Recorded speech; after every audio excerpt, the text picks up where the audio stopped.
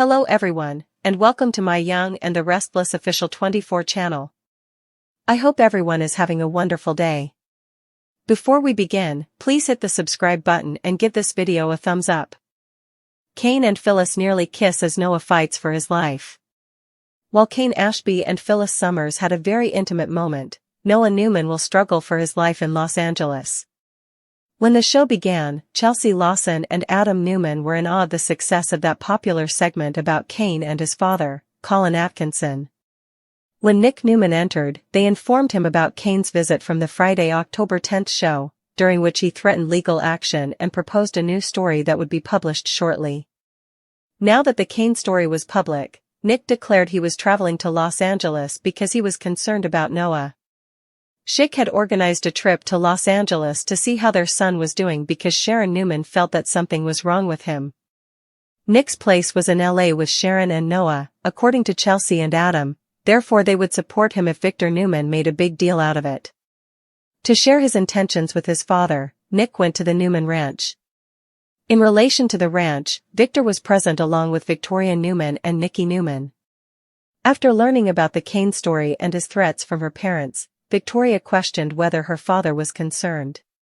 Victor said that he was more wary than worried since he sensed their enemy was taking revenge. Nick arrives as Victoria flies off, telling his father that he will board a plane to join Sharon and Noah in Los Angeles.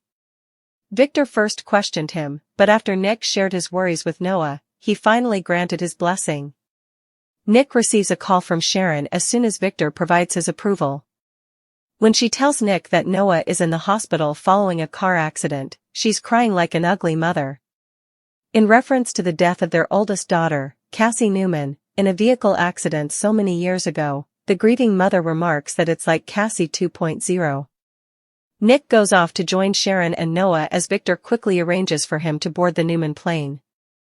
Cain and Phyllis come at the GCAC bar from Cain's train cab, prepared to discuss strategy. Phyllis wonders if she's the proper person for the job, but Cain wants to change how the public views him. She is the local badass, after all. Having said that, Cain suggests using his notorious AI program, but he wants to use it for good rather than releasing it for bad purposes like destroying family traditions. Can't Cain simply give a large sum of money to a charity or something? Phyllis laughs at the notion. Because of the Newman media piece, Cain is determined to not only improve his public image but also win back Lily Winter's affection and reunite with the twins. Because she doesn't like this situation, Phyllis questions whether he should find someone else. Cain gets up to leave, and Phyllis follows him. Phyllis acknowledges that if he provides her the AI software to test the program, she might be the one to assist him. How can he trust her with it? Cain dismisses the idea right away. She gets very close to him, says he can trust her right away, and gives the impression that they are about to kiss, but they don't.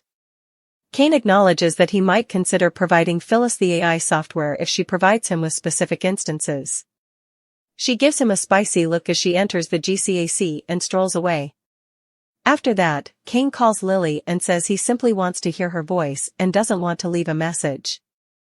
Given that they are no longer together, the entire phone call looked really eerie.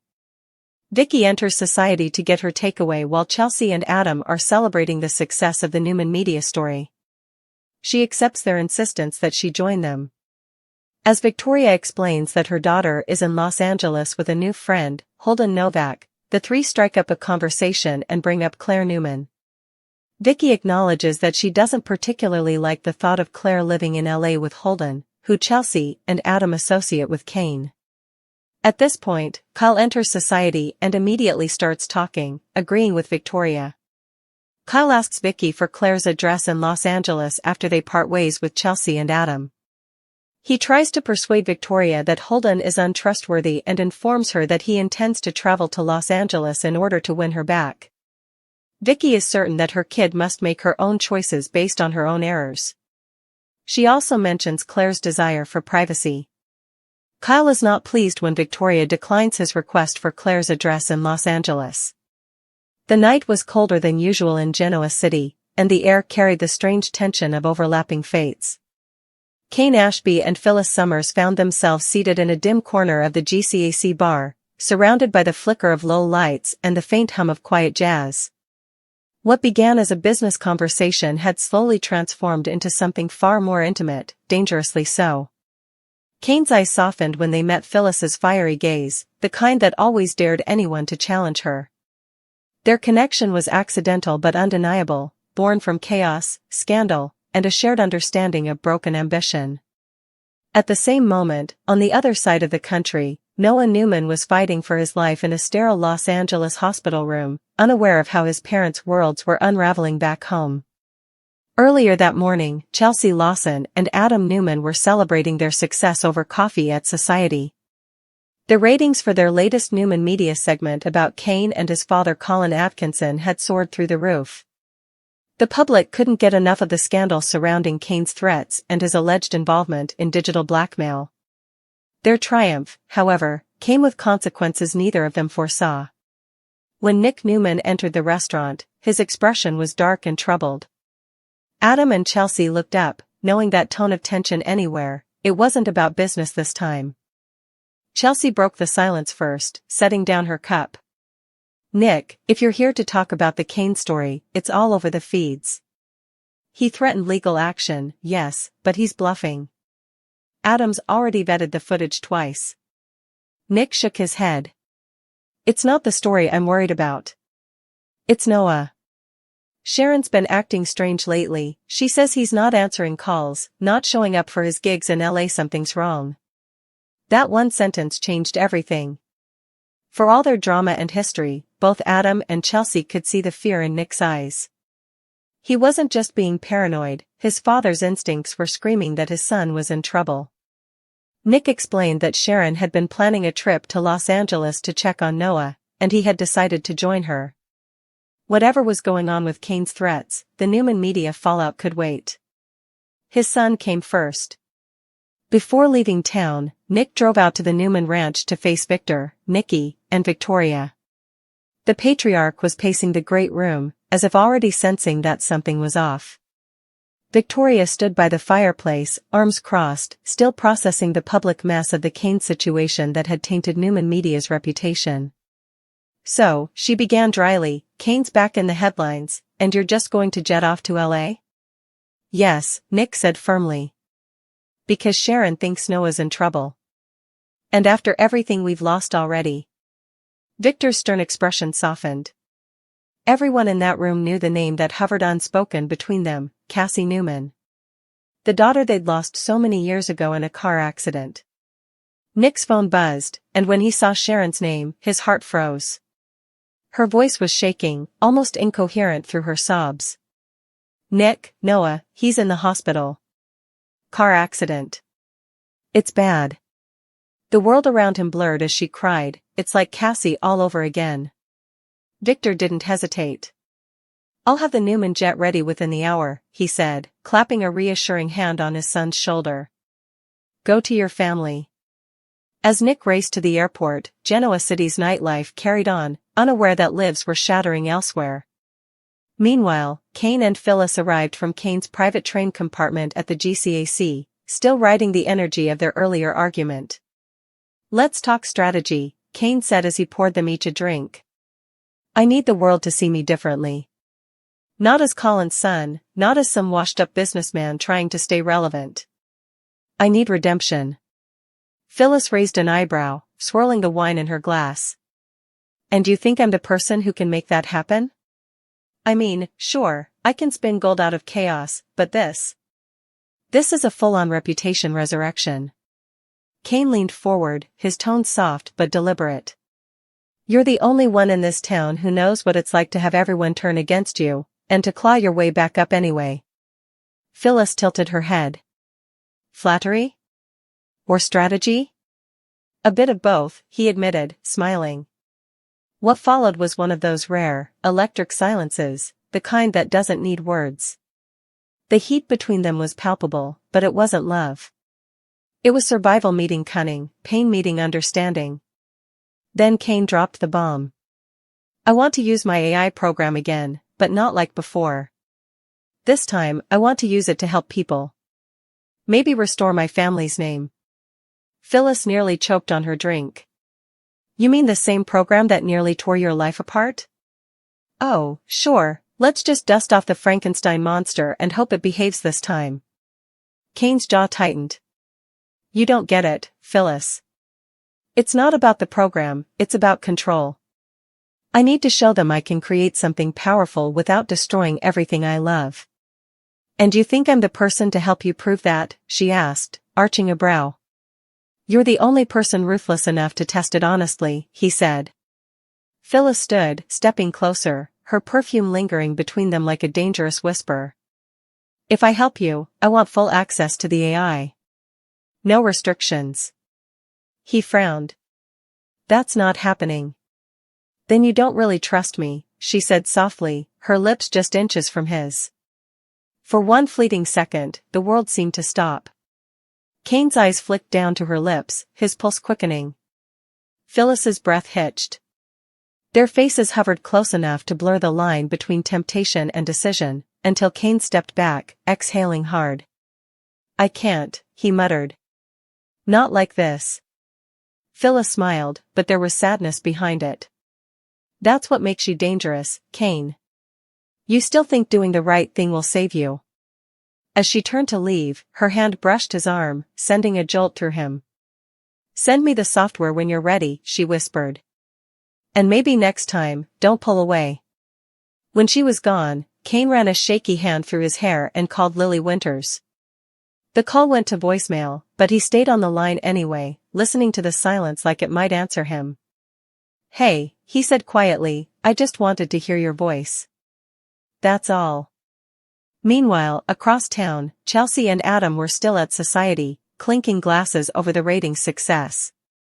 Victoria walked in, trying to act composed, but her eyes betrayed the worry she carried for her family.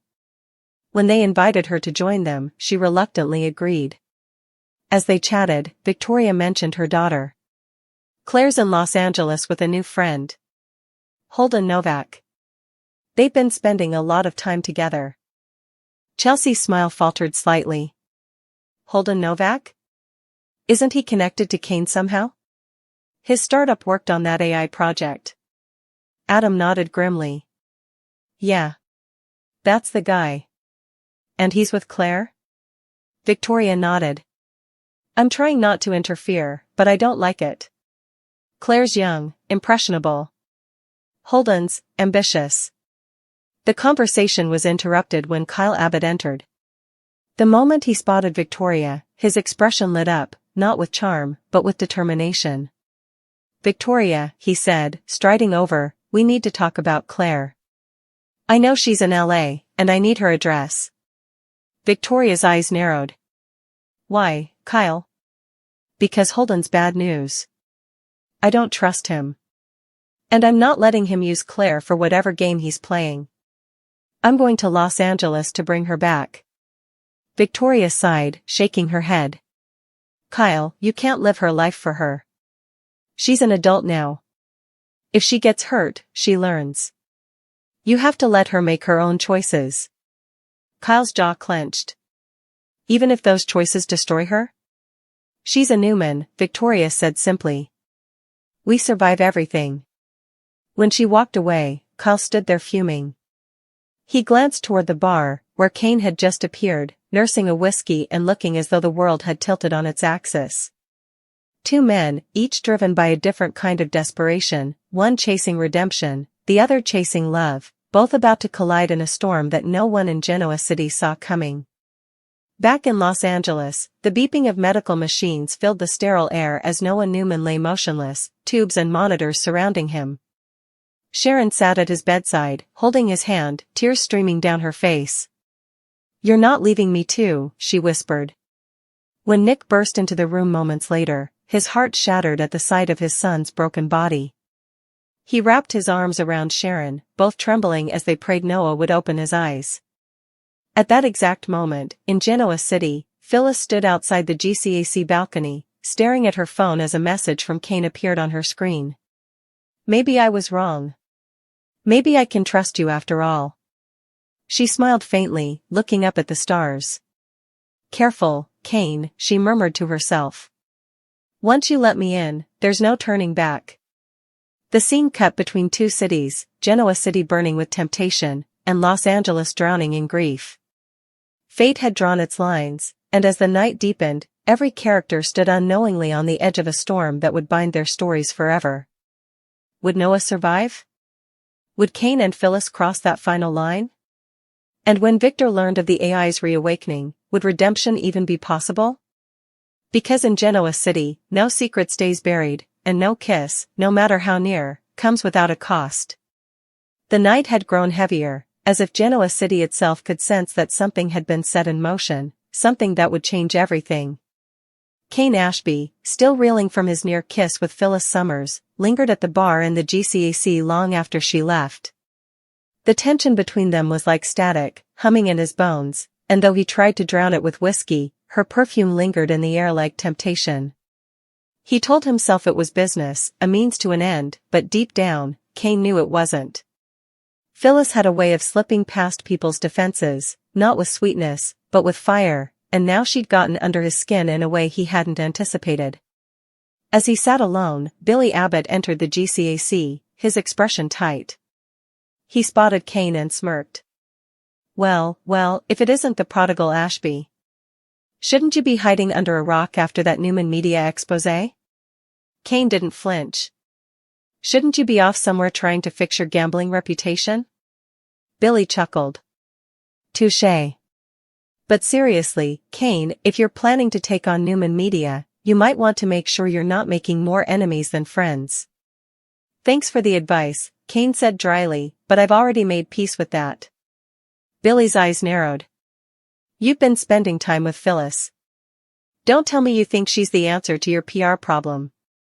That woman is dynamite with a short fuse. You light her, you're bound to blow. Cain swirled the amber liquid in his glass. Maybe I need to blow something up. Start over from the ashes. Billy tilted his head, a flicker of something like pity passing through his expression. Just make sure you don't take her, or yourself, down in the process. When Billy walked away, Cain exhaled slowly. He knew Billy was right in a sense. Phyllis wasn't the safe choice. But then again, nothing about his life had ever been safe. And right now, with his public image shredded and his family distant, the idea of partnering with someone who understood chaos was almost comforting. Across town, Phyllis Summers was in her hotel suite, pacing in front of her laptop. She'd been thinking about Cain all evening, not because of attraction, though there was plenty of that, but because she saw something in him she recognized. A wounded animal trying to convince the world he wasn't broken. She'd been that person too many times to count. Her computer pinged with a message. It was from Daniel Romalotti, her son. Mom, you okay? I saw that story on Newman Media about Cain. Please tell me you're not getting involved. Phyllis sighed, typing back. Just a little business, sweetheart. Nothing you need to worry about. But even as she wrote it, she knew she was lying. Getting involved with Cain Ashby was never just business. It was the beginning of something messy, dangerous, and maybe even redemptive. She pulled up the AI prototype he'd sent her, a coded shell of his old program, the one that had caused so much trouble in the past. Her fingers hesitated over the keys. If she ran this, she could either help him rebuild his name, or destroy what was left of it. As she debated, her phone rang. The name flashing on the screen made her blood run cold. Victor Newman. She hesitated before answering. Victor. To what do I owe the pleasure? Victor's voice was calm but sharp. I hear you've been meeting with Cain Ashby. That's a dangerous game, Phyllis. Everything I do is dangerous, Victor. You should know that by now. I also know you've been given access to his software. Don't think for a second I don't know what that's capable of. Her lips curved into a faint smirk. Are you worried about Cain? Or about what I might do with it? I'm worried, Victor said evenly, that you're aligning yourself with a man who doesn't understand the enemies he's making. And if his actions threaten my family again, I won't hesitate to end that threat. Permanently. The line went dead before she could respond. Phyllis stared at her phone, her heart pounding. She knew Victor well enough to understand that wasn't a bluff. If he suspected Kane's project could harm the Newman empire, or if it's somehow connected to Noah's accident in LA, he'd strike without hesitation. Meanwhile, in Los Angeles, Sharon sat beside Noah's hospital bed as Nick paced restlessly. The monitors beeped in a steady rhythm, mocking the fear that filled the room. Noah had survived surgery, but the doctors warned it would be a long road ahead. "He's strong," Sharon whispered, brushing Noah's hair from his forehead. "He's always been strong." Nick stopped pacing and stared out the window. "This feels like déjà vu. Like we're right back where we were with Cassie." "Don't," Sharon said sharply, tears glistening in her eyes. "Don't say that name right now." "I can't." Nick moved closer, wrapping an arm around her shoulders. "We're not losing him. I won't let that happen." Unbeknownst to them, outside the hospital room, a young man in a hoodie lingered near the vending machines. His phone buzzed with a message from an anonymous contact. "The job's done. Newman's boy survived, but he won't remember anything. Keep quiet or you'll regret it." The man swallowed hard, typing a quick reply before disappearing down the corridor. Back in Genoa City, Adam Newman was going through security footage at Newman Media, his instincts telling him that Noah's accident wasn't an accident at all. He'd seen too many coincidences in his life to believe in luck. When Chelsea entered his office, she noticed the tension in his posture. "What are you doing?" she asked. "Looking for a pattern," Adam muttered. "Something about this feels wrong." Kane's story drops, Noah crashes in LA, and now Phyllis is working with Kane again. "It's all connected, I can feel it." Chelsea frowned. "You think Kane had something to do with Noah's accident?" "I think Kane's project